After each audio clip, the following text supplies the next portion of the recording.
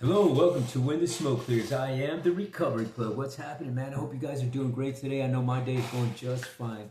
Check this out, man. If you would please join me in a moment of silence, followed by a serenity prayer for the addict who still suffers, for those of us who are still bound down to some sort of struggle, man, that keeps us from moving forward in this toxic life that we live in. If you please join me in a moment of silence.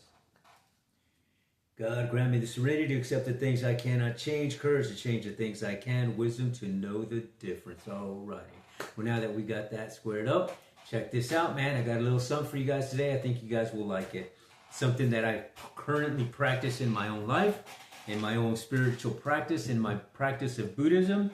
And it's something that I believe relates really good with anybody's life. Anybody in the world can benefit from this practice. And what it is, the topic I want to talk to you guys about today. Today I want to explore a topic that sits right at the intersection of spirituality, compassion, and daily living. And a topic that sometimes is misunderstood. And, sometimes it's politicized. But at its core, it's deeply part of our humanism, I believe. You know what I mean? And specifically what I want to talk to you guys about is vegetarianism, spirituality, and in a spiritual sense in specifically the Buddhist practice, because that's the spiritual journey that I practice in my own life.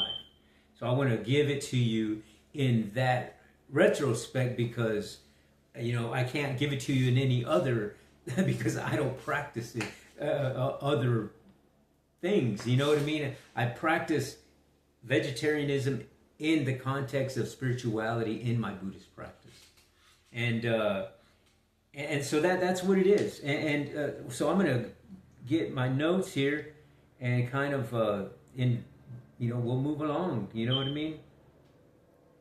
Okay, so now, vegetarianism, and more specifically, how it connects to spiritual practice, especially, like I said, in the Buddhist tradition. Now, before we go any further, let me just say this. Let me just say this, and so we can clear this up. And it's, this isn't about judgment. This isn't about purity. This isn't about telling anyone what they should or shouldn't eat. You know what I mean? What this is about intention. It's about awareness. And it's about how the choices we make, even the ones on our own plate, become part of our healing in our daily life. You know what I mean? So you'll see how this starts coming together when we keep going through this. You know what I mean? I just wanted to throw that out there, just kind of set the tone. You know what I mean? So anyway, let me get back to my notes here. The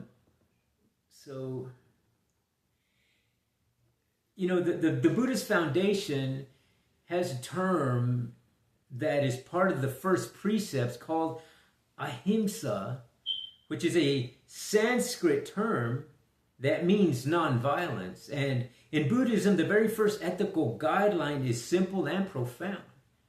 The first precept is thou shalt not kill, shall not do harm, shall not do violence to anyone, kill anyone, that sort of thing, right? And now, Buddhists interpret this in a few different ways. You know what I'm saying? Some traditions encourage full vegetarianism, and others focus on the mind, the action, or the mind behind the action, than the action itself. You know what I mean? But the heart of the teaching is this. Life is interconnected, okay? And every being wants to avoid suffering. Every being wants to live, right? And when we take that seriously, not as a rule, but as a lived truth, something shifts in us when we do that. You know what I mean? And I can tell you through experience through practice, that is so true, man. Is that something moves in you when you start doing that. And we start to see the world with softer eyes, in a sense. We start to feel the weight and the beauty of our choices. You know what I'm saying? The weight and the beauty of our choices means that you start feeling, the actual results. You start feeling that if I'm doing something, if I'm not doing something good, you already, it's just this feeling that you get, right? And for many practitioners, that naturally leads to eating in a way that reduces harm. You know what I mean? And man, is that so true? You know what I mean? Because since I've been practicing vegetarianism, man, it makes you compassionate. Makes you more compassionate. It makes you more definitely mindful of every action that you do as you're eating. You know what I'm saying? I mean, the other day, just to throw this out there, I was eating an orange, and normally I peel an orange, I'm eating it, or I cut it in 4 parts, and you just devour the thing. You know what I'm saying? And that day, I'm sitting at my table, and I'm eating one piece at a time, and I could feel the pockets of, how the orange has these bunch of little pockets of juice, in a sense, inside the piece, right? And I noticed it, you know what I mean? I started dissecting this thing as I'm eating it, and I could feel the burst of every little sack of juice. You know what I'm saying? And then my mind just started going further. And I was like, wow, there's this wave of action happening in my mouth that I've never noticed before. And I could feel the burst, and I'm picturing like these waves of water hitting me, in a sense. You know what I'm saying? As every bite that I could feel a different taste, a different sensation. I had never eaten an orange like that.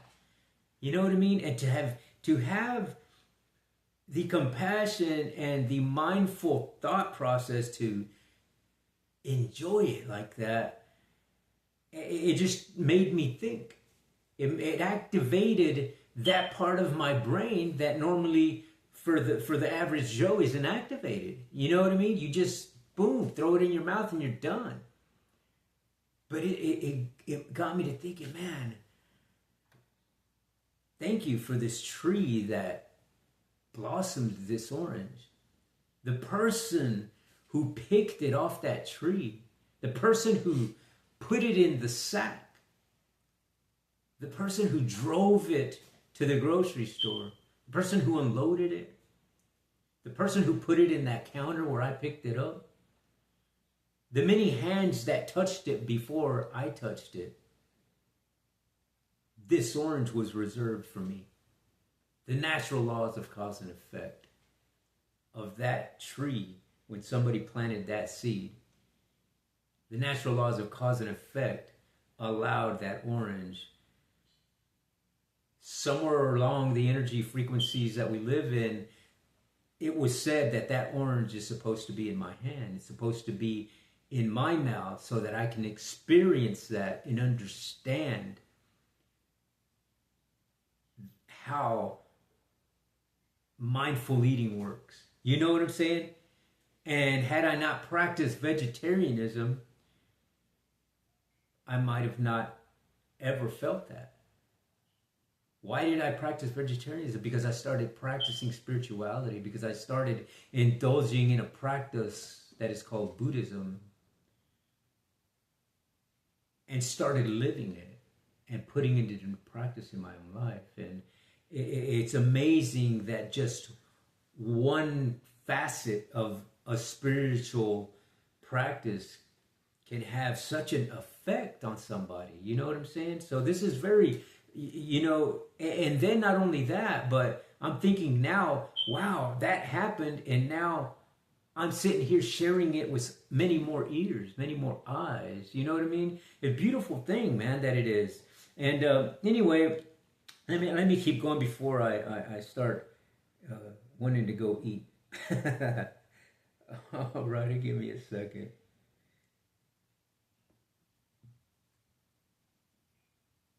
Oh, man. Okay. All righty. Now, compassion as a practice, not a performance. I like to kind of say it like that. Here's the thing. Buddhism doesn't say to be perfect. It says be aware. Vegetarianism, in this context, isn't a badge of spiritual achievement. It isn't a practice of compassion, it's. I said that wrong. I wrote it down wrong. What the heck? But anyway, let me start over. Vegetarianism isn't, in this context, it isn't a badge of spiritual achievement. It's a practice of compassion, one meal at a time. It's asking, what impact does this choice have on my body, on the earth, on the beings who share this world with me? It's not about guilt. It's about relationship. And when we approach food this way, eating becomes meditation. It becomes a prayer, a moment of alignment. You know what I mean? You're going to find that we all have this frequency that we're not aligned with, most of us. You know what I mean? And we should be aligned. We should be aligned with this frequency that is here to guide us. You know what I'm saying? And one of the ways to do that is to be compassionate, to have a compassionate and mindful thought process, and practicing vegetarianism is one of the ways that ancient yogis, ancient spiritual people, way back when, thousands and thousands of years ago, practiced. You know what I mean? They knew that there was something behind this, not just something that you were going to just put in your mouth and be done with. And,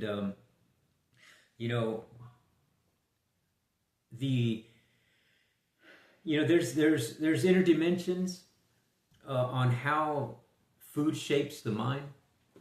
And in Buddhist psychology, the mind is sensitive.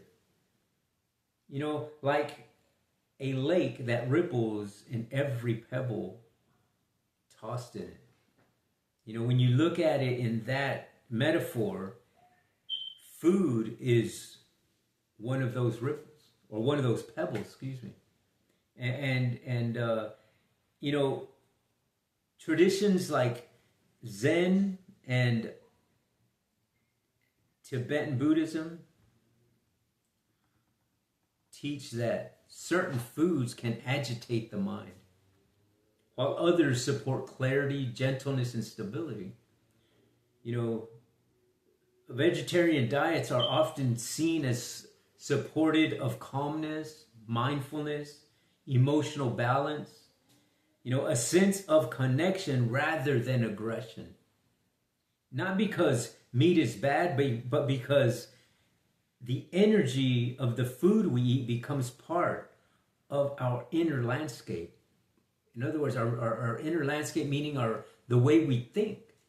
And if we're trying to cultivate compassion, it makes sense to nourish ourselves with food that reflect that intention. You know what I mean? And it's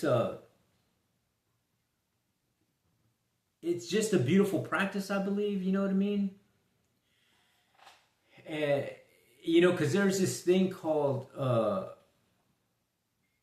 tasamic that comes from meat. It's this thing that you get when you consume meat. And the effects of you, the cause and effect of that when you eat meat is you get that tsumic. And what that does, it gives you this lethargic feeling. It gives you this laziness, this lack of makes you want to go to sleep, basically, and it makes you not want to think. You know what I mean? So, you wonder why when you have this big old plate of barbecue or whatever, right? And you have all these meat that you eat, and then you wonder why people always say, "Man, I feel like going to sleep now."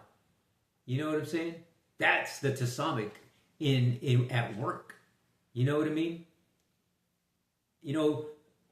Food, consummation of food for us, for ancient people, didn't mean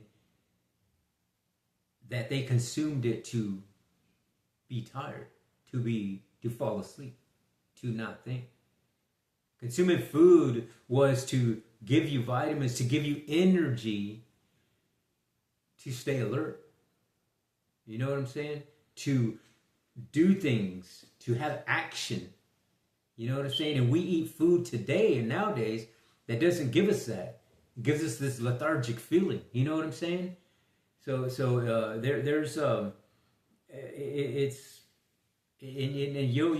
I'm sure everybody has sat at that Thanksgiving dinner and it's like, man, I could just go to sleep now. You know what I mean? So there's meaning behind this stuff. You know what I'm saying? And I don't believe that these old ancient traditions are they mean something. You know what I mean? And so anyway, let me go on. Recovery and the path of reducing harm. How I think vegetarian works here really well is for those of us walking a recovery journey, this hits a little bit different, right? And recovery is at its core a path of reducing harm. You know what I mean? To ourselves and others, it's a path of waking up to the consequences of our actions. It's a path of learning to live with integrity. So when someone in recovery chooses vegetarianism, it's often not about a diet at all. It's about identity. It's about reclaiming agency. It's about saying, I want my life to be aligned with compassion, not just in my words, but in my habits. And that, my friends, is powerful. You know what I'm saying? That fits in line with action. You know what I mean? And it fits in line with the first precept in Buddhism. You know what I mean? And this way of eating gives you this. You know what I'm saying? And I think it's just, if you look at it at a deeper level, you know what I'm saying? You'll understand what I'm talking about. And I hope that somebody's getting something out of this because, I tell you this through experience. I don't tell you this just because I read it in a book or anything. I tell you this because this is how I live and I know it to be true. You know what I'm saying? Beautiful stuff here, man. And so anyway, let me move on. Like I said, for many, many years, thousands of years, people have been doing this type of thing. And, in indigenous and cross-culture type things, I think it intertwines really well there. Even outside of Buddhism, many spiritual traditions teach that food carries spirit. You know what I mean? Indigenous communities speak of right relationship with animals and plants that sustain us. You know what I mean? They have power. You know what I mean? A lot of spiritual indigenous cultures believe that the food you consume has power. Could be good or that, could be bad. You know what I mean? And yoga speaks of sattva, which means clarity and harmony, which vegetarian foods are said to support. Vegetarian food supports clarity and harmony. It gives you that. You start, it elevates your sense faculties. You know what I mean? It allows you to think more keenly on many different levels. And not only that, but your body responds to it. You know what I mean? It responds to it very well.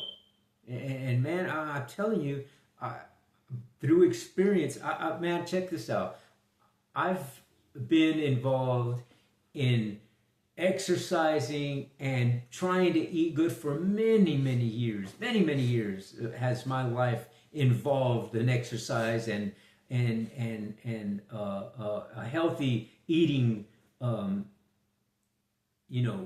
exercise, a habitual thing that I did on the daily. I had a regimen that was just, it had to be healthy exercise, and but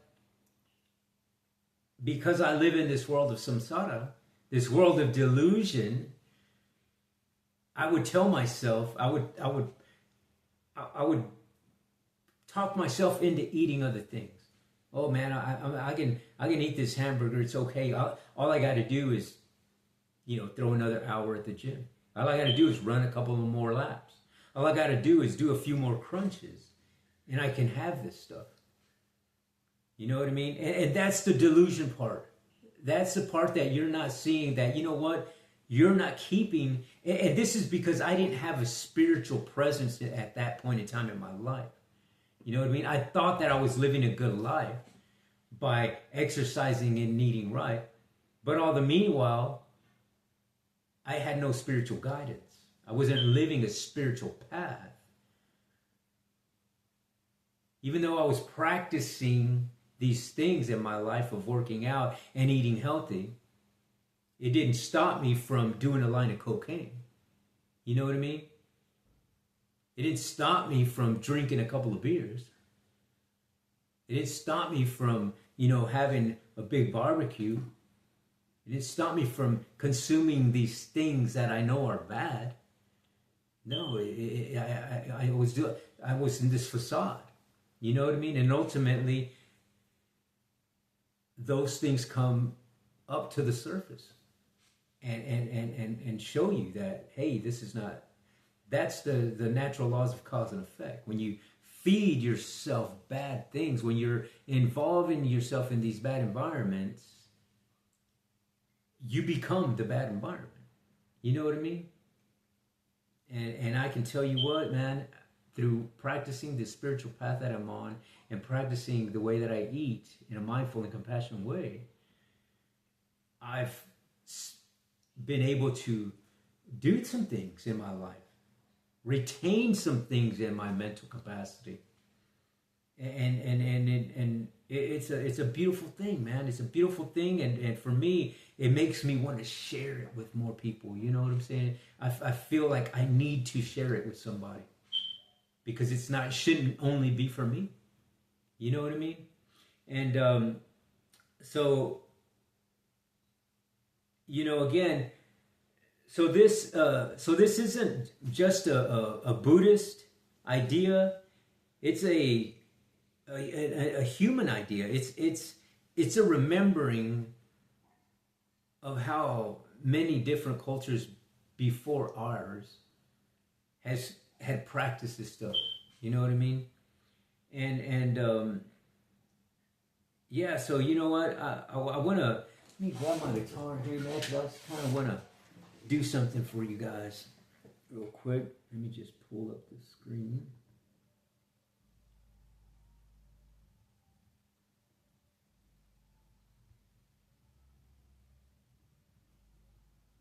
Oh, come on. Where's the screen?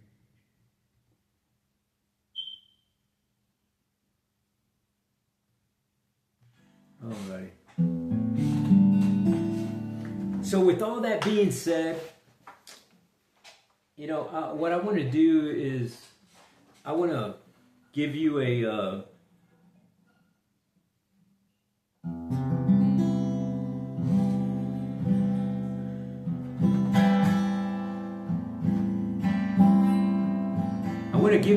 gentle invitation.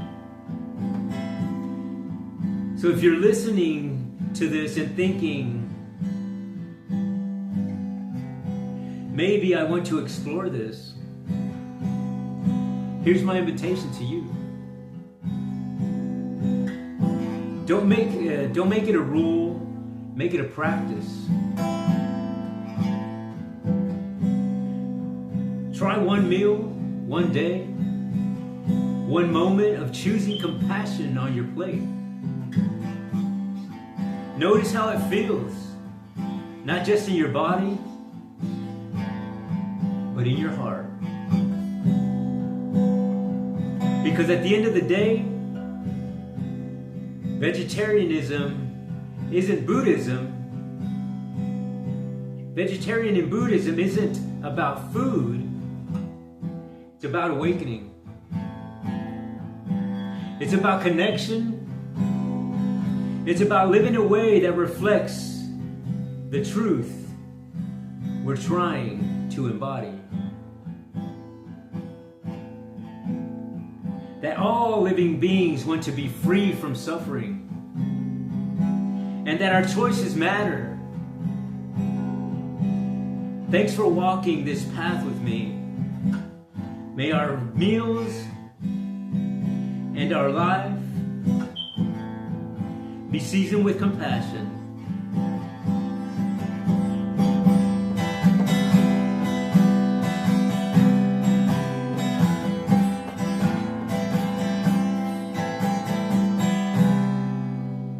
Alrighty, man. Well, thank you so much for watching my video today, man. I really appreciate that. I hope that you guys got something out of this video today, man. I really do.